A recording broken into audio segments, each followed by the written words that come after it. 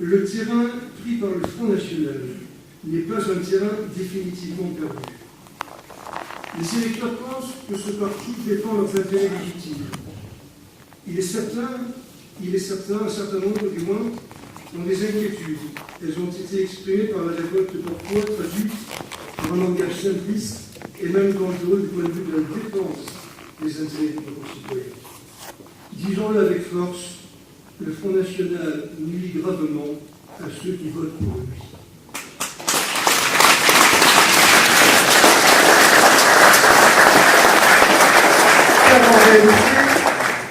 Et je vais être relativement rapide tout de même, car en réalité, que propose le Front National? Il propose de supprimer les aides aux associations. Et les associations, c'est vous. Il propose de supprimer les aides aux clubs sportifs. Mais les sportifs et les bénévoles, c'est vous. Il propose de sortir de la politique agricole commune.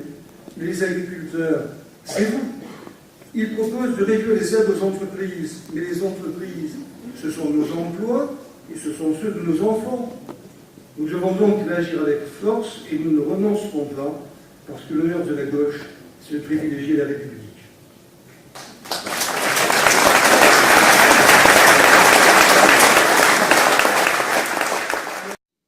Et puis, pour qu'une région se développe, il faut évidemment favoriser la mobilité.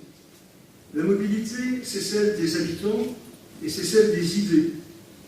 Le désenclavement du Limousin, c'est un enjeu majeur, évidemment, pour lutter contre ce sentiment d'abandon que je viens d'évoquer, mais aussi pour créer du développement économique.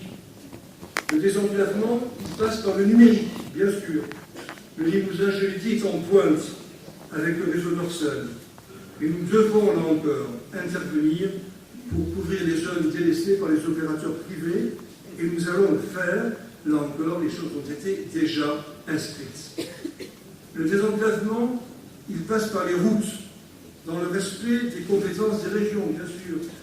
Les régions n'ont pas compétence pour intervenir sur les routes. Et pourtant, quand il y a urgence, quand il y a véritablement l'obligation de faire, nous le faisons.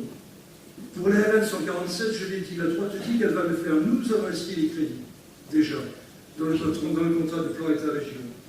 Les crédits sont prévus. Nous sommes déjà intervenus dans les années qui viennent de s'écouler sur les RCE en Creuse, sur le contournement de Brive en Corrèze, sur les liaisons Tulle-Aurillac. Quand il y a urgence, nous intervenons. Le désenclavement, il passe par la mobilité ferroviaire. La mobilité ferroviaire, ce sont les trains du quotidien, bien sûr, les TER, 65 millions d'euros tous les ans pour la région Limousin.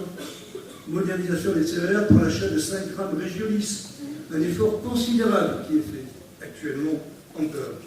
C'est également le POLT, bien sûr.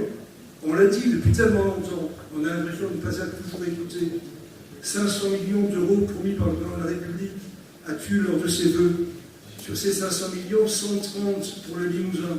Et ces sommes que j'ai fait inscrire au contrat de plan État-région pour qu'effectivement elles soient en quelque sorte sanctuarisées.